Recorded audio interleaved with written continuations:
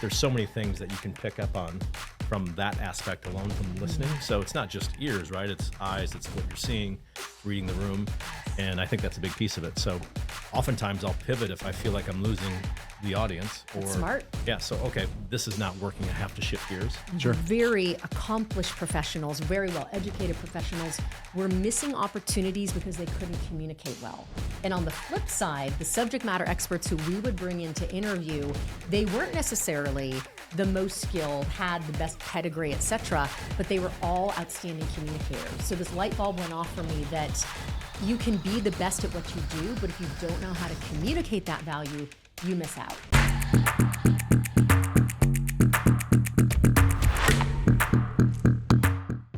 JC, we have delved into leadership, retaining talent, the importance of actually being an ever learner, moving forward through your career, personal, professional. Let's make sure we put the personal side included in there too, right? Sure. I think that was when you started laughing. I think that was targeted at me. Was that true? No. Okay. No. Well, we are in the midst of just one of the best professionals, Kristy Siefkin, and I have to say this, that I first met you. You didn't know that I met you because I saw you on TV. Yes, the one-sided meeting, we call it. Yes. And you worked for Fox 10 here in town. I did. I was with Fox 10 for a decade. Let me jump back. Let me first say that one thing that we're going to talk about, because you're the CEO of Kristy Siefkin Communications. I am. And we are also going to lead with confidence and charisma. Ooh, I like that. Charisma. You have a very sticky John title for your episode. It's fabulous. I like this. John and I lack the charisma part. So that is not true. You're going to teach us very... But let's go back. Let's go back. Help us grow. Yes, Fox 10. But then the first time that we met in person, you just recently hosted our very large the Arizona Multi-Housing Apartment Association Tributes Awards. I did. It was fantastic, where I got to see you speak, and you did a fantastic job. Wait, I did throw in a bad word that did not make the cut for the final video. Cut. The Facebook version Yeah, had a little that one. bleep Yeah, over it. That was your enthusiasm shining through, which is key to being a good speaker. I couldn't resist. Couldn't resist. Sometimes when passion strikes, you got to run with it. Well, thank you so much for being here with us. Thank you both for having me. I'm excited to be here. Great to have you. Well, can you share a little bit with us? Because you claim that you are an introvert, which I find very hard to believe. You're not the first person who said it. Okay. But are either of you introverts is my first question. I am. You are. I am yes. naturally, yes. No. It's my natural state. Okay. He's not. I was going to guess probably not for Adam. Yeah. But let's remember that introversion versus extroversion has to do with where you get your energy. Okay. So I love being here with you two. We're going to have a deep conversation. We're going to do a deep dive. Then I'll probably go home and sit in the fetal position in my closet at home for a little bit. I might listen to some soothing rain music and pet my dog. I'm serious though. You have to just kind of let it all out. I get the energy out. I get engaged, and then I need that time to re-energize. So I do love people. I was a bit shy as a kid. That definitely is a fair statement. I was on the quieter side. I spent a lot of time in cabinets, coloring, listening to music, having solo time, needing a lot of separate time. Like I would get drained from kids' sleepovers. I'd have a fun time, but I'd need that reflective time. Sure. So people who are often speakers, broadcasters, comedians, singers, a lot of them are introverts because they perform and then they go and they recalibrate during the quiet time. That's interesting. Yeah. I completely agree. If there's, we might do a large macro meeting in the morning, which I present. If I do a podcast in the afternoon or have some client interactions, presentations, RFPs, new business, right.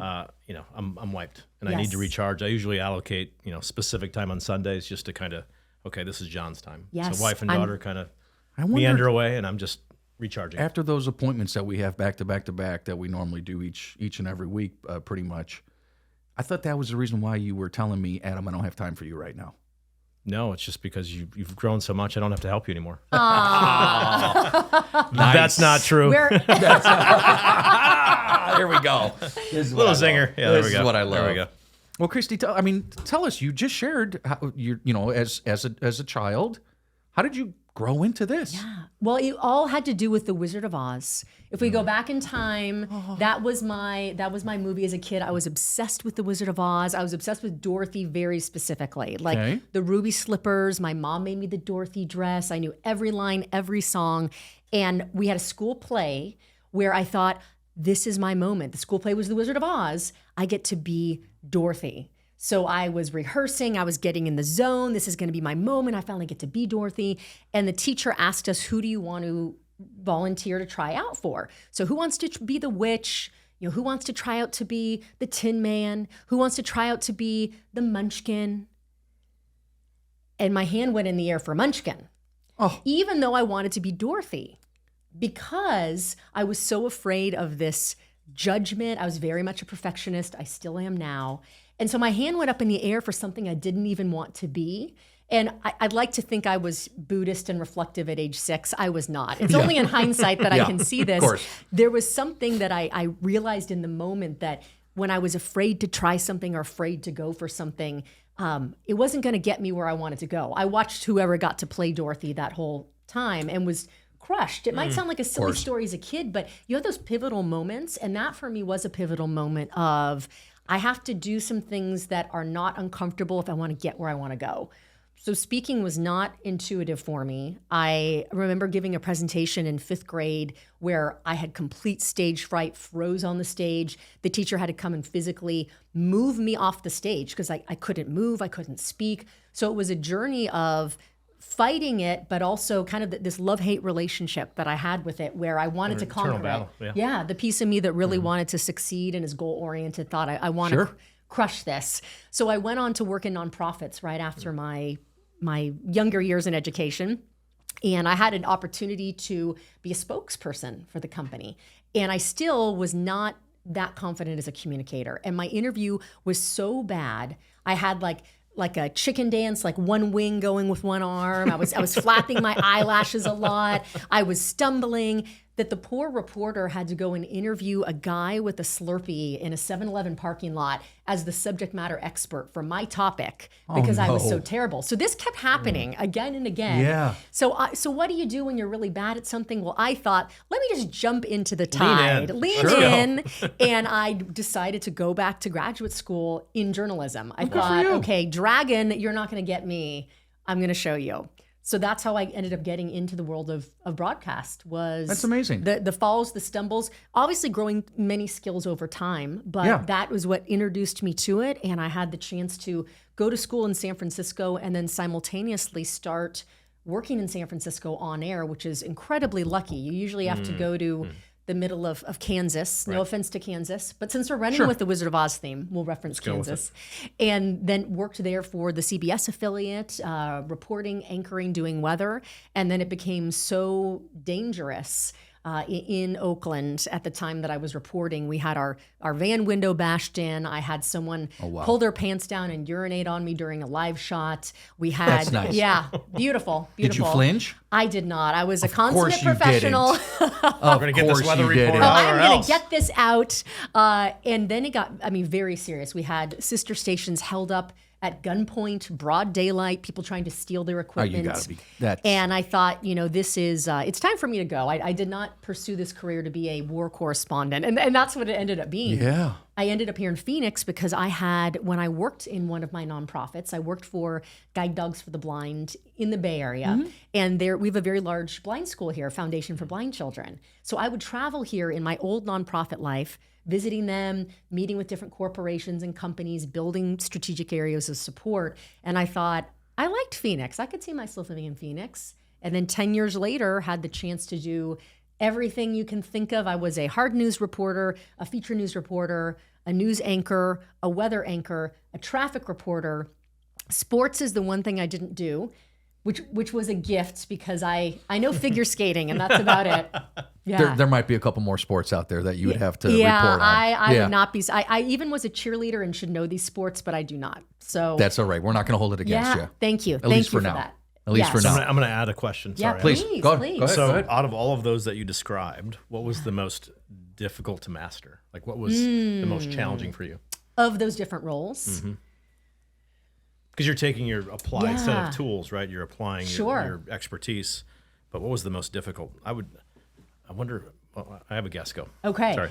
I am going to say traffic. Really? Only because when I did traffic, I moved here and I didn't know the city. So when your job is to tell Proper people, pronunciation. or just even, Yeah. at the Broadway curve or in the Deck Park Tunnel, I don't know what Right. the heck any of these things are. So it was more just an absence of knowledge. And believe me, the first time I said Pumpkin Center instead of Pumpkin Center, I got a lot of yeah. phone calls and a lot of Yeah. emails. That was challenging because I didn't have the knowledge at the time. I think the hardest part was not even the tactical, it was dealing with the punching bag that you become when you are in the public eye, which is maybe a little different direction than where you were going with it. No, that's fair. Yeah. Yeah. I mean, everyone's a critic, and Yeah. when you're in the spotlight, as you were, it has to be difficult. I mean, every word they're Yeah. judging.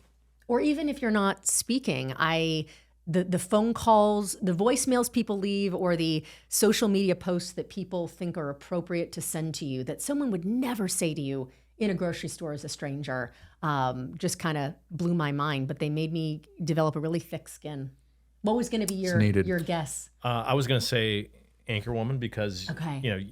yes, you have your I guess script plan, your agenda for that 30 minutes, but Yeah. there's so many things happening, like meaning Yeah. election night, Yes. there's fire. I mean, there's breaking so many news. things that happen, and you got somebody in your ear, right? Yes. So you're constantly talking to that person. Yes. You're trying to read your script. You're working with. I feel like that's difficult It's a lot. It's a lot of channels of stimulus at the same time. when you for have sure. to present perfectly still.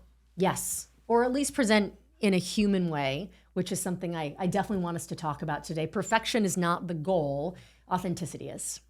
So you can have the flubs here and there, but people are still critics, like you said, Sometimes a little bit more serious than than most. others. Yeah. Yeah. John, you have, I'm not going to say that you have a similar path as Kristy, of course, because you didn't go to broadcast school. You were an engineer. I did not. Oh my Yeah. goodness. What kind of engineering? Electrical. Wonderful. Wonderful. So your path, although somewhat similar, right? You were hesitant on the speaking piece of it, right?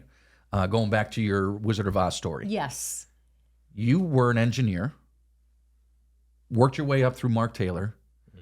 During that path, during your progression to becoming the president of Mark Taylor, you had to engage with speaking parts. Sure. The board of directors, panels of all these of all the seminars that you travel across the country for those too. How did you get yourself comfortable with professionally speaking? Wow, lots of effort and practice. I think for me, when I was younger, I would I didn't lack confidence in athletics, but speaking for whatever reason, I mumbled. I talked way too fast. Sure. I didn't understand the dynamics of communication, but I really leaned in on listening. I was an active listener, so I think that really broadened my scope in terms of how I would communicate in the future. Yes. So I became a really good listener, and I think that's a lost art It's a in huge communication. Yes. So that's a it's- whole other subject. Yeah. We'll round two, we'll do that. I love it. I love it. But I think for me, I focused a lot on how I was viewing the audience. So in terms of my active listening, just in one-on-ones and maybe it's just 3 or 4 people, really understanding how I'm engaging them and seeing their reactions and reading their nonverbals. So I used to teach a class internally for nonverbal skills, and there's so many things that you can pick up on from that aspect alone from listening. So it's not just ears, right? It's eyes, it's what you're seeing, it's reading the room.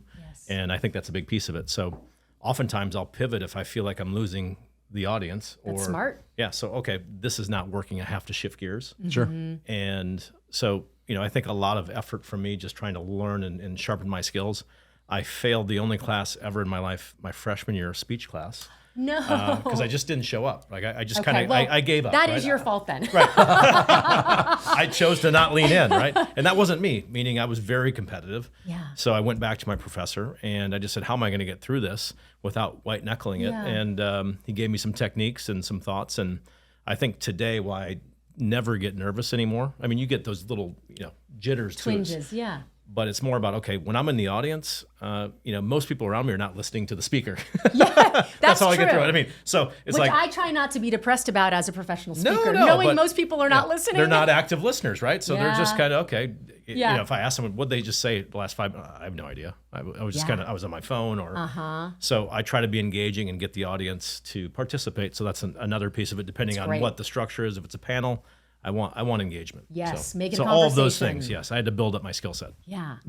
Thank you. Kristy, tell me, do you have 3 great strategies, top strategies that you would I do. share with the audience as far as what you feel would be to be engaging? I need to write these down. Yeah. No, trust me, this is being recorded. know. We No, can watch please, this we'll later. save it. Yeah, Okay, I yeah. don't Just have to letting you know. write No. I do want to share those. The part of my story I neglected to share was life after TV. If I can give you a mini please. piece of that. Yeah. So after I had a career of almost 20 years as a corporate spokesperson and as a journalist, so being on both sides of the camera, asking the hard questions and answering them, I noticed in being the question asker how many people that were very accomplished professionals, very well educated professionals, were missing opportunities because they couldn't communicate well. And on the flip side, the subject matter experts who we would bring in to interview, they weren't necessarily the most skilled, had the best pedigree, et cetera, but they were all outstanding communicators. So this light bulb went off for me that you can be the best at what you do, but if you don't know how to communicate that value, you miss out. So that was the big motivator for me to go out on my own, start my own business, doing communications training and coaching, from media training to presentation skills to public speaking skills. I do a lot of one-on-one work with executives, and then I also go into companies to help their teams, whether it's they're in biz dev positions, they're doing sales, they're trying to improve communications internally. And then I am out and about speaking. You guys saw in an MC capacity, but I travel as a keynote speaker to about the marriage of psychology and communications, because I'm a big psych nerd. That was my first love, and then communications became the second love. So that's how I landed at where I'm at today. So do you have a side business for a psychologist? Because I may need a couch. I will tell you that after a few sessions, most executive communications coaching engagements become therapy to some extent. Yeah. Because think about the way you communicate with people, how they respond to you, how you're being perceived, how you're being judged.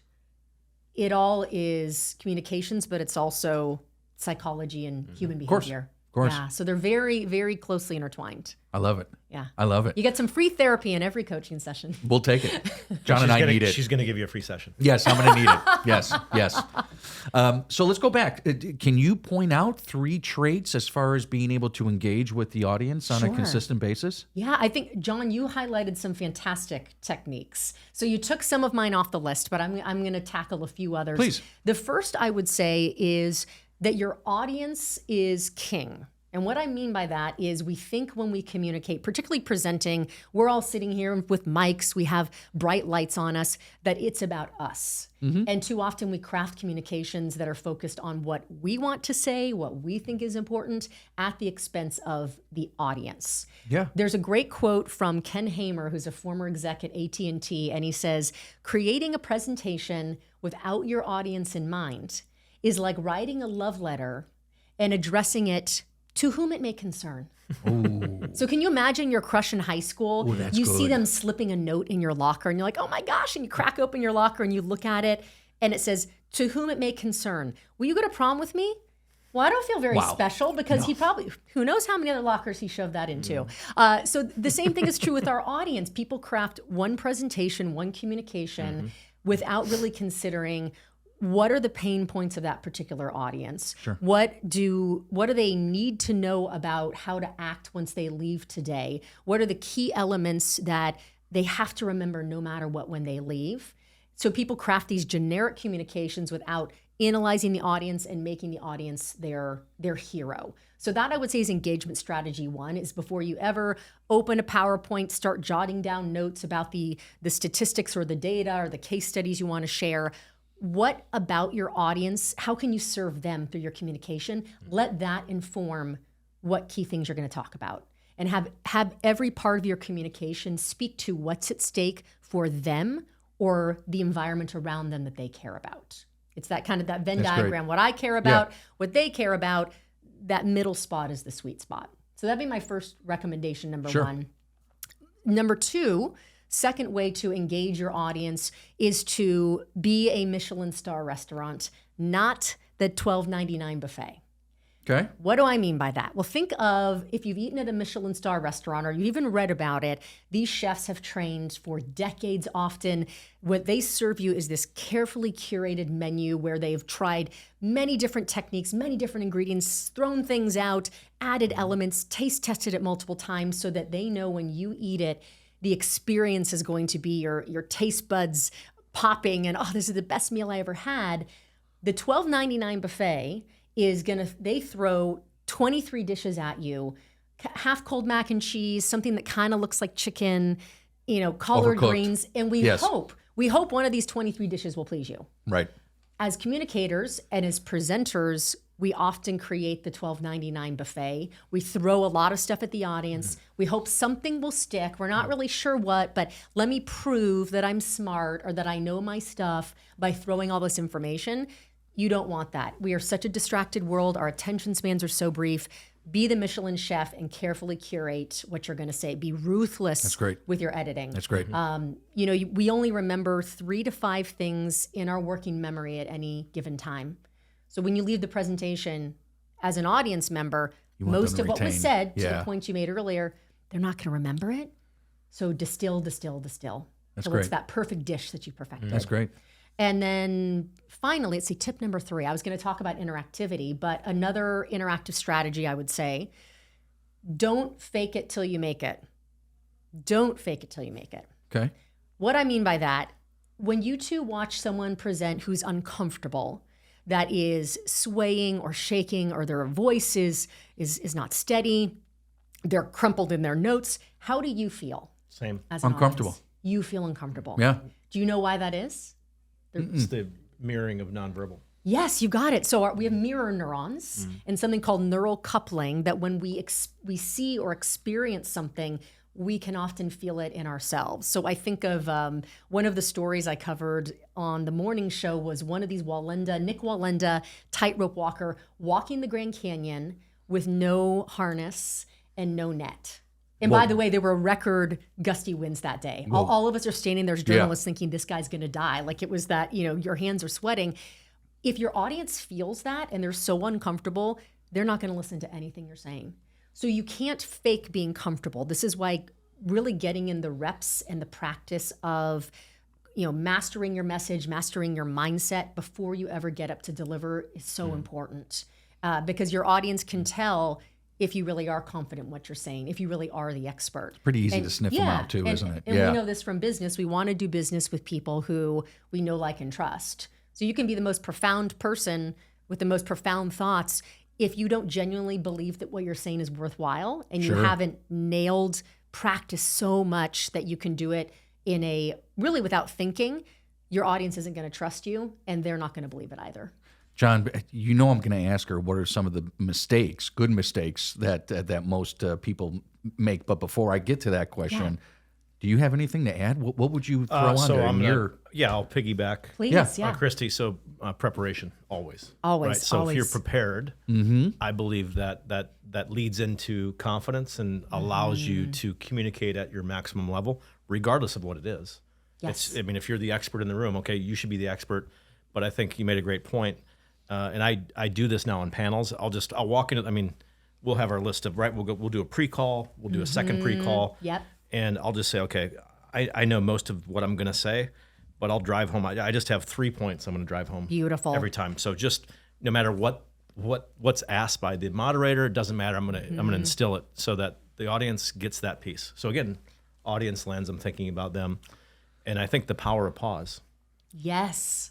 Absolutely. I'm making them listen. So Pause. so you have to give the audience time to think about what you've said. Digest it. So either you're making a point, you're creating this element of engagement, suspense. Like, okay, what's he going to say next? So I've learned to do that. I'm still working on pausing and not saying It's hard. So I'm a guy. You got to get me to stop doing that. And the last piece of that is now that that we're doing this, the podcasting, I do not at all like watching myself in podcasts. But I do it to really hone my craft. So I'm Yes. trying to work on, I guarantee I said way more ums and ums when I first started this. I'm doing it less. I still do it, but I think it's better to pause, no ums, no fillers. Absolutely. So I'm working on that. So it's just a constant, You're accomplishing it. yes, I'm trying to. I think I'm going to be on 2 different couches by the end of this episode. Yours and Kristy's. You're welcome anytime. Yeah, yeah. Free though, right? As long as you're getting me tequila. Yes. Okay. I'll make that happen. Okay. I'm going to start incorporating that in my practice Yes, as well. that's a great yes, idea. Yes. So let's do the exact opposite. Okay, What are please. some of the major mistakes you see presenters making in their approach? So many. John touched on a couple with speeding through. We go into the presentation with this thought of, I just want to get it over. I don't want to die. Let me go as fast as I can. And most don't realize they're going so You fast. don't. I'm a fast talker. It's still a struggle for me to speak slowly. A little trick, if for those who are fast talkers, if you pretend you're speaking to someone and English is not their first language. Imagine that you're traveling in, let's say in Mexico, and you're speaking to someone who speaks Spanish. Yeah. And they don't speak any English, and they were trying to speak English to you. You would speak slowly. You would articulate each word. You might even overemphasize facial gonna say, expressions to yeah. make sure it's communicated. If you practice like that, you stretch the rubber band really big in a way that you might not be that dramatic in real life, but you practice like that. Once you get on stage or on the panel, it will be natural, but still nice and slow. I think for leaders specifically, senior leaders specifically, there is hesitancy to be vulnerable and authentic. And you and I had a brief talk about this, Adam, as we sat down before the show, about leaders wanting to seem unflappable and wanting to seem first and foremost like an authority figure. That's a much older leadership style. It's changed greatly. But I see leaders missing the opportunity to connect at a heart level with their audiences through authentic and vulnerable communication. What I mean by that is looking at someone like a Richard Branson, who openly speaks about being dyslexic, being told in school that he was an idiot, he would amount to nothing, dropping out of high school. We look at Jack Ma, the CEO of Alibaba, who his story is fascinating to me. He applied for 30 different jobs at one point, including KFC, and was rejected from all of them. He failed his college entrance exams. He got rejected from Harvard 10 times. He was 18 months from bankruptcy. I mean, somebody that Persistence. if they were going to have shame or be embarrassed, he shares all of this because he wants to connect with his team in an authentic way. So the leaders often make the mistake of engaging the mind. Logic's important, but they don't engage the heart. So when you can incorporate storytelling, when you can show your vulnerability or share often those challenging stories, those stories of failure and resiliency, it just brings your teams on board so that people want to act upon your call to action. Once you've established the trust, they're much more likely to follow along with the vision that you have for them. JC, you mentioned the ums. I struggle with that continuously. Do you have another major struggle that you had to overcome as you continued to perfect your craft? I just think it's confidence, and it's building your skills up to a point where you feel like you're an expert in whatever you're discussing. Yes. Obviously, we're not experts here, but we're vulnerable Well, she enough. is. I mean, you and me. I Yeah, was looking yeah. at Kristy. Okay. You guys I'm are just making experts. sure. No, you Yeah, are. yeah, yeah. You are. But I think vulnerability, you hit it on the head, and a piece of that is conveying things that you want to teach or support or give to your audience through storytelling. Yes, So yes. storytelling is vulnerability. Yes. Right. So when I do my new hire every morning, I talk about my story when I was younger, and we were not the best off family financially, and we grew out of that. But true. Point Yeah. being is you have to show that vulnerability to touch the heart. Yes. And you mentioned some great names. My daughter's also dyslexic, so that resonates with Mr. Branson. But thinking about Hubert Jolly, right? So the former CEO of Best Buy, he talks about that human connection. Yes. And it's just, that's what it is, right? So can you get that audience to, and I can see it. I I had 8 new hires today, and I can see a few of them, they were all in, like they were connected, right? Yeah. You can just tell. Some people are, just get me through this. Yeah. So I take ownership for that, but I could see the engagement with certain folks, and it starts with that storytelling. Yes, it's beautiful. That is great. That is great. Kristy, we just as you said, we were just talking off camera prior to, and you gave me a little tip. Did I? on how to start off Oh, yes. the episode. Okay. Now, of course, I had to turn it into a joke from Wayne's World. 1, 2, or sorry, backwards 3, 2, and then you got to do that, right? You got to do the big swoop. Do you have something that you can just provide to us as far as just knowledge? What is a trick of the trade that just gets you right into it? Oh my gosh, there's so many. I think having and this can be done briefly before any communications event. It could be a Zoom call, it could be a speech, it could be hosting a podcast, being a guest. Have a walk-up routine just like an athlete does. So Get out. Really? I'm dead serious. So if you have a playlist, whether it's energizing or calming, you have exercises that you do. Think about an Olympic athlete. A track star doesn't hop out of the bus, walk up to the start line, wait for the gun and go. They're stretching. They're listening to music. They are maybe doing some push-ups. They're getting their blood flowing. You're warming up intellectually. You're warming your body up because this is an instrument. So your throat, your chest, your mouth, your face, if you're not getting in exercises of diaphragmatic breathing, or you're not stretching, kind of shaking off the anxiety, maybe you do some burpees, maybe you meditate. It's a little different for everybody, but getting your body in a state of presence and physically warming up your vocal cords. You know, you can do some vocal exercises, sing along with the song in the radio, get a conversation going with somebody before you present. I think that's a really key one. It's so hard to, and it's why I taught you this technique. What Adam's referencing is in broadcasting, before you go live, the floor director says to you, or you say out loud to yourself as the journalist, 3, 2, my name is Kristy Siefkin. So you don't even say 1. It's like a countdown to get your head in the place, and then you go. So the idea with this walk-up routine and with talking to your buddy before the presentation or talking to some people in the cocktail party before you get on stage is your mind and your body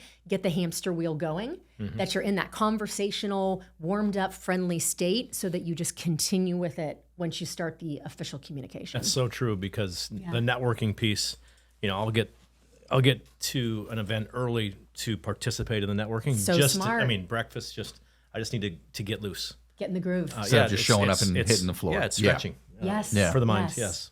I've got a question for both of you that I want to get, because you guys, of course, have a wide range of relationships that you've built over the years, just due to each and the individual careers. What is the best professional advice you have received from someone? You don't have to mention their name, but what is just give me one each. Best professional advice you received from someone else. John, do you want to go first? Sure. So my mentor back in the day in the engineering world, yes, he would basically say you have to be relentless in your pursuit. Again, it doesn't have to be perfection. It's just, and I didn't connect the dots with drive, growth. Yeah. But Scott and I, Stemilia, will text back and forth. Sure. Rise and grind, right? So it's just, it's, and I use this as a comparison. So, this is a Simon Sinek. So if you go to the gym one day and work out 3 hours, yes, you're going to be sore, tired, but are you going to look or feel any different? No, not really. No, you got to be consistent. But if you consistently do that for 12 months, right? Yeah. And it's, month 6, day 3, it's hard. It's Wednesday morning, it's 5 a.m., you got to go to the gym. But if you do that for 12 months and then you say, okay, show up day 1 of year 2, wow, you've transformed. So it's just that continued determination. It's being relentless. It's never giving up. It's pushing forward. And I've failed many times, and I'm going to fail a lot more. Yeah. Sure. But I'm going to put myself out there, and I'm going to push myself forward. So we're driving towards our 2030 plan and beyond, and we're going to get there. So it's relentless pursuit. And rise and grind. That's right. I like it. Determination. I like it. And some atomic habits there. Yes, there's some atomic habits, yes. Yes, I love Kristy? it. Mine was from a mentor also. It was early in my career. I was working in nonprofits, and I was doing a desk job, data analyst, business plan creation. It was a job I was good at, but it wasn't really my calling, and she could see that. And she came up to me one day and she said, "Stop hiding your light under a basket." And it was kind of a slap in the face, but also a motivational statement at the same time. Come on, let's go. Meaning, I can tell that what you really want to be doing and what you're really good at is this connection with people and communications and building people up and creating. Don't hide that. So as morose as it may sound, I think about every day, we're all going to die. and we could die having gone after that thing that just is calling at us, that we know that we will be upset on our deathbed if we don't at least try to do it. For me, that was having my own business. I always knew I wanted to teach and coach and elevate, and I was scared to do it for a very long time. But that was part of the light under the basket at first was not going after the hard communications jobs. Then it was jumping off the cliff, starting my own thing. Yeah. And so that's part of just kind of goes back to living without regret, is whatever you are being called to, that you know it's in you, you're passionate about, just do it. Do it in some form and fail, and then try again and try some iteration. That was the best advice I ever got. That's You fantastic. took care of the imposter syndrome. Oh, God. Power 7, number 1. I do not. Get out of your own head. I'm still fighting it. That's We all what fight it, right? We Yeah, all fight it. for sure. For sure. Work So in progress. if there is one thing that you want our audience, because you've taught us, both of you, taught us so much this afternoon.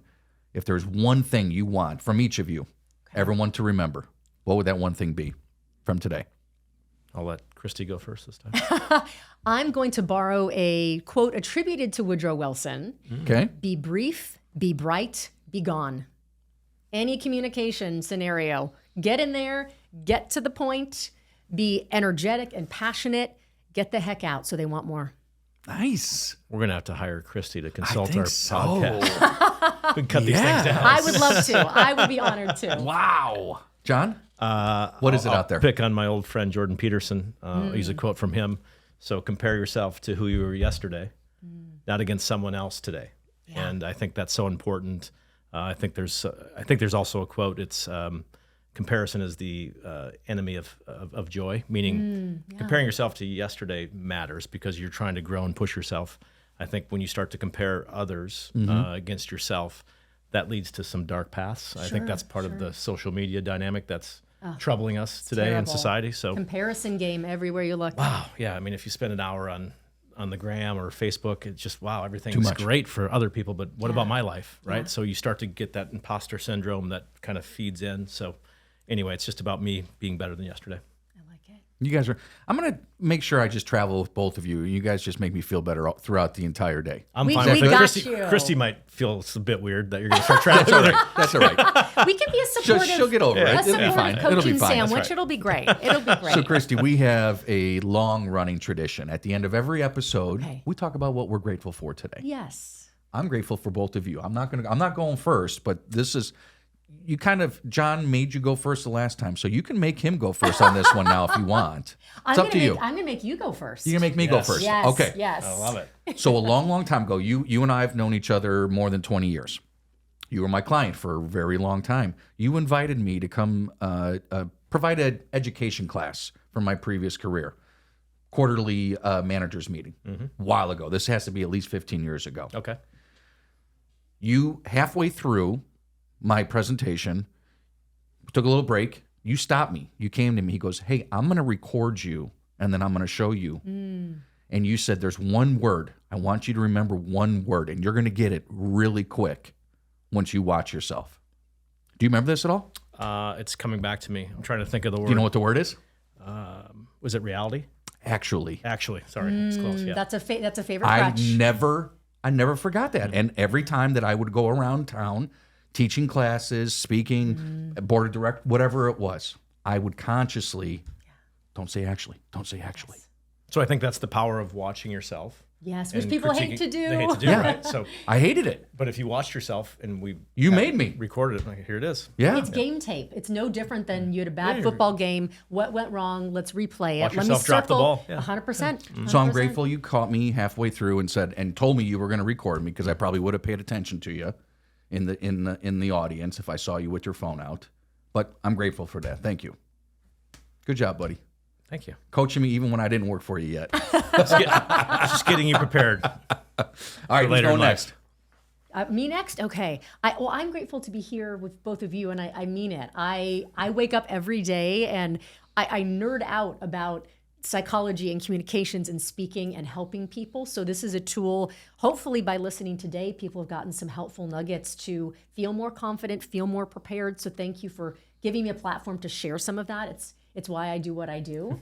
And I'm also grateful that it's no longer 116 because this summer in Phoenix has been brutal. I was about to pack up and go for good. And then this last week, okay. It was a great weekend. You know what? I have to mention this because you just made my day by mentioning the weather. You and I both talking about the weather Oh my God. in front of John is the best. Oh my gosh. My whole like, week please is no, just please thank no. you. Thank you. I bring up the weather all the time. I love watching the weather. Well, you've seen the commercials for, I think, is it State Farm that talks about, don't become your parents? Oh my and gosh, that's one of yes. the giveaways is, Yes. well, this stationary front The is barometric really, pressure. Yeah, exactly. So apparently we're our parents at this point. Well, not John. We're Yeah. going to have to leave the parking lot Yes. 2 hours before the Time game's to wrap over. up the show. Let's go, guys. Let's go. Oh, that couldn't have been more perfect. Thank you for that. Of course. Thank you for that. What I about do you, not watch John? the weather. All right, I know it's going to be John. hot. Sun's going to be out Most most of the days time. it's true. Yeah. I'm grateful to be part of this podcast because I feel like I'm part of the audience because I'm getting great information. I'm growing, Yes, yes. and I'm just thankful to be here. So thank you for coming in and My helping us. pleasure. Thank you for having me. So much great. fun. Kristy Siefkin Communications. Yes.